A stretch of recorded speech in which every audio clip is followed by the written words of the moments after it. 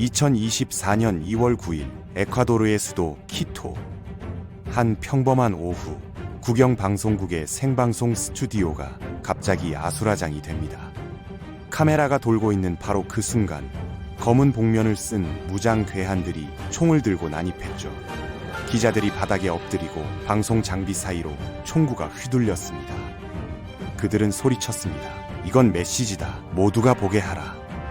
그 장면은 전국에 실시간으로 방송됐습니다. 시청자들은 집 안에서 총을 겨눈 괴한들의 얼굴을 생생히 지켜봤죠. 에콰도르 경찰은 즉시 이 사건을 테러로 규정했습니다. 하지만 더 큰 충격은 그 장소가 에콰도르였다는 사실이었습니다.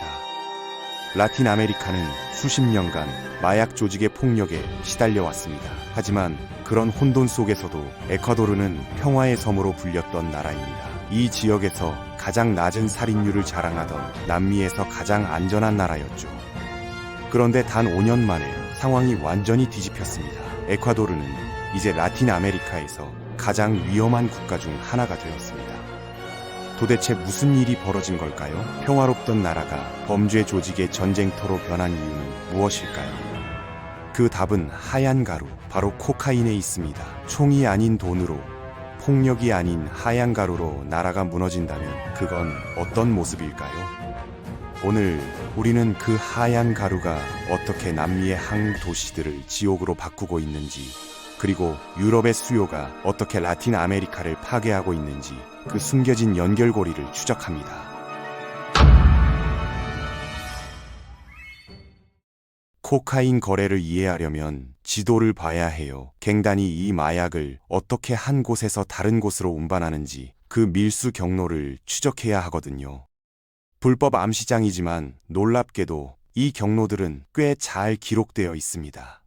용감한 언론인들과 조사기관들이 위험을 무릅쓰고 이 모든 경로를 추적해온 덕분이죠. 코카인 파이프라인은 언제나 같은 곳에서 시작됩니다. 바로 안데스 산맥이에요. 농부들이 코카잎을 재배하면 범죄 조직이 이를 사들여 가공하고 고객이 있는 곳으로 밀수하는 거죠. 처음에 압도적인 고객은 미국이었습니다. 1970년대 콜롬비아 갱단이 소형 비행기를 이용해 카리브해를 거쳐 미국으로 코카인을 운반하기 시작했거든요. 나중에는 보트와 심지어 잠수함까지 동원됐죠. 이 경로는 콜롬비아 갱단을 엄청나게 강력하게 만들었어요. 경쟁자가 나타나면 극도로 폭력적으로 대응했고요. 파블로 에스코바르, 칼리 카르텔, 이런 이름들 들어보셨죠? 이들은 연간 수십억 달러를 벌어들이며 콜롬비아를 피로 물들였습니다. 그런데 미국만 코카인을 원한 건 아니었어요. 유럽에도 수요가 있었지만 문제는 거리였죠. 작은 배나 비행기로는 너무 멀었거든요. 그래서 갱단들은 새로운 방법을 찾았습니다. 바로 컨테이너선이었어요. 남미 항구를 통해 합법적인 화물에 코카인을 숨겨서 유럽으로 보내는 거죠. 여러 항구 중에서도 특히 이상적인 곳이 하나 있었습니다. 에콰도르의 과야킬 항구였어요. 이곳은 주요 컨테이너 항구로 유럽과 직접 연결되는 노선이 있었거든요. 더 좋은 건 당시 에콰도르 항만 당국의 보안이 느슨했다는 거예요. 인사이트 크라임의 공동 창립자 제레미 맥더모트는 이렇게 설명합니다. 처음에는 저항이 거의 없었다고요. 에콰도르로 가는 게 매우 쉬웠고 유럽 항구에서도 에콰도르에서 오는 컨테이너는 의심받지 않았대요. 특히 과일 같은 부패하기 쉬운 화물은 빨리 통과시켰거든요. 남미 갱단은 이 경로를 통해 코카인을 직접 배포하거나 유럽 범죄 집단에 판매했습니다. 미국 경로보다는 수익성이 낮았지만 여전히 돈이 됐죠. 그리고 이 경로의 핵심을 한 그룹이 통제하고 있었어요. FARC였습니다. FARC는 1990년대 콜롬비아 정부에 맞서 피비린내 나는 전쟁을 벌인 반군 집단이었거든요. 10,000명 이상의 무장 병력을 가진 강력한 조직이었죠. 이들은 콜롬비아와 에콰도르 국경을 따라 영토를 통제했습니다. 마약 밀매업자들에게는 원스톱 샵이었던 거예요. 원자재 접근, 실험실 건설, 에콰도르로의 운송, 모든 걸 FARC를 통하면 해결됐거든요. FARC는 50년 이상의 전투 경험을 가진 강력한 세력이었기 때문에 아무도 건드리지 않았어요. 이게 핵심이에요. FARC가 이 경로를 독점하다시피 하니까 경쟁이 없었고, 경쟁이 없으니까 폭력도 별로 필요 없었던 거죠. 이것이 에콰도르의 살인율이 이웃 나라들보다 훨씬 낮았던 이유입니다. 대규모 코카인 거래가 있었음에도 불구하고 에콰도르는 평화로웠어요. 그런데 갑자기 시장이 바뀌기 시작했습니다. 2000년대 초반 미국의 코카인 수요가 떨어지고 정체됐거든요. 미국 사용자들이 헤로인, 메스암페타민, 그리고 결국 합성 오피오이드를 선호하기 시작했어요. 게다가 멕시코 갱단이 미국 시장을 완전히 장악해버렸죠. 콜롬비아 갱단이 미국에서 장사할 여지가 별로 없어진 거예요. 그러자 갱단들의 눈이 다른 곳으로 돌아갔습니다. 바로 유럽이었어요. 소련 붕괴 이후 동유럽이 자본주의 시장으로 편입되면서 갑자기 새로운 코카인 시장이 열렸거든요. 경쟁이 거의 없는 시장이었고 유럽은 미국보다 마약 단속에 훨씬 적은 돈을 썼기 때문에 잡힐 가능성도 낮았어요.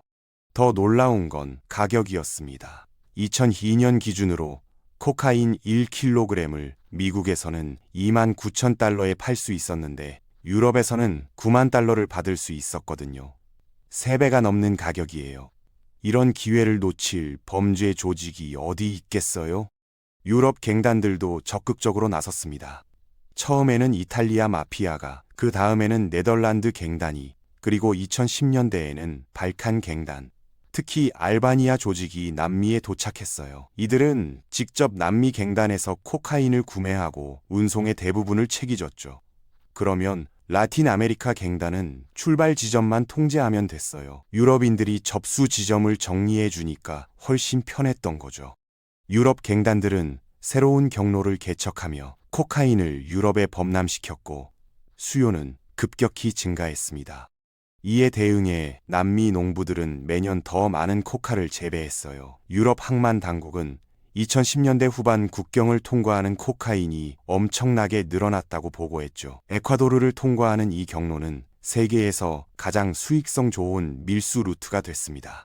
그리고 2016년 모든 것을 바꾼 사건이 일어났어요. FARC가 콜롬비아 정부와 평화협정에 서명한 겁니다. 52년간의 전쟁을 끝내고 해체하기로 한 거죠.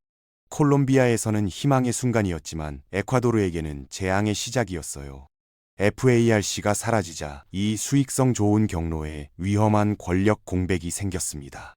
누가 이 황금 루트를 차지할 것인가? 유럽과 멕시코 범죄 집단의 지원을 받는 소규모 에콰도르 갱녀들이 달려들었어요. 외국 조직들은 이들에게 돈과 중화기를 제공했고 에콰도르 갱단들은 서로 경쟁하기 시작했죠. 문제는 에콰도르 정부가 전혀 준비되어 있지 않았다는 거예요. 2014년 당시 대통령은 미국의 마약 단속 기관을 나라에서 추방해버렸거든요. 갑자기 갱단을 감시할 정보력과 기술이 사라진 거죠. 그 이후 대통령들은 경제 문제에 직면해 보안 예산을 삭감했어요. 갱단이 강화되고 있다는 신호가 곳곳에서 나타났지만 제대로 대응하기 어려웠죠. 가장 명확한 신호는 교도소였습니다. 라틴 아메리카에서 교도소는 종종 조직범죄의 중심지가 되는데 에콰도르도 예외가 아니었어요. 일련의 폭동이 발생했지만 정부는 교도소를 장악하지 못했죠. 갱단 전쟁이 격화되면서 살인율이 폭발적으로 증가했습니다. 2022년 에콰도르의 살인율은 200% 이상 급증했어요. 이 살인의 절반 이상이 과야킬 항구 주변에서 발생했죠. 그 황금 루트를 둘러싼 싸움이었던 거예요. 2023년 여름 에콰도르는 본격적인 갱단 대리전에 휩싸였습니다. 갱단은 점점 더 대담해졌어요. 2024년 1월 한 갱단 리더가 감옥에서 탈출했고 이것이 폭력의 대폭발을 촉발했죠. 갱단은 공영방송국을 점거하고 며칠 후에는 부패 방지 검사를 살해했어요. 에콰도르는 완전히 혼돈에 빠졌습니다. 콜롬비아에서 FARC가 사라진 허리케인과 유럽에서 불어온 코카인 수요 증가가 만나 에콰도르를 강타한 거예요. 새 대통령 다니엘 라보아는 현재 군대를 동원해 수천 명의 갱단 용의자를 체포하고 교도소를 탈환하려 하고 있지만 쉽지 않죠. 정부는 가난하고 부패했는데 맞서는 갱단들은 부유하고 중무장했거든요. 제레미 맥더모트는 이렇게 말합니다. 라보아 대통령은 사용할 카드가 많지 않다고요. 정부가 무능하지 않다는 걸 보여줘야 하는데 따를 자원이 없는 거죠. 딱한 상황이에요. 더 심각한 건 에콰도르만의 문제가 아니라는 겁니다. 21개의 라틴 아메리카 국가 중 18개국이 유엔에서 코카인의 주요 공급원 또는 통과 지점으로 간주되고 있거든요. 콜롬비아와 페루 같은 주요 생산국이 항구 보안을 강화하자 마약 조직은 적응했어요. 칠레, 파라과이, 우루과이, 코스타리카를 통해 새로운 경로를 개척했죠. 특히 카리브해 국가들이 타겟이 됐습니다. 작고 가난한 섬나라들은 갱단의 압력을 견디기 어려웠거든요. 이제 각 국가가 전례 없는 폭력 급증을 목격하고 있어요. 정부들은 대응하려 하지만 쉽지 않죠. 개인적으로 이 이야기를 보기 전까지만 해도 마약 문제는 소비하는 나라의 문제라고 생각하기도 했지만 지금 라틴 아메리카의 상황을 보니 정말 복잡한 문제라는 생각이 들기도 하네요. 결국 모든 해결책은 바다 건너 유럽과 미국 사람들의 선택에 달려 있으니까요. 그들이 코카인을 원하는 한 라틴 아메리카의 작은 나라들은 계속 피를 흘릴 거예요. 에콰도르의 평화는 실은 FARC라는 강력한 독점자가 만든 균형이었던 거죠. 그 균형이 깨지자 모든 게 무너졌고요. 앞으로 에콰도르가 다시 평화를 되찾을 수 있을까요? 아마도 쉽지 않을 겁니다. 코카인 시장이 계속 성장하는 한 이 황금 루트를 차지하려는 싸움은 멈추지 않을 테니까요. 오늘은 코카인 경로의 변화가 어떻게 한 나라를 지옥으로 만들었는지에 대한 이야기였습니다.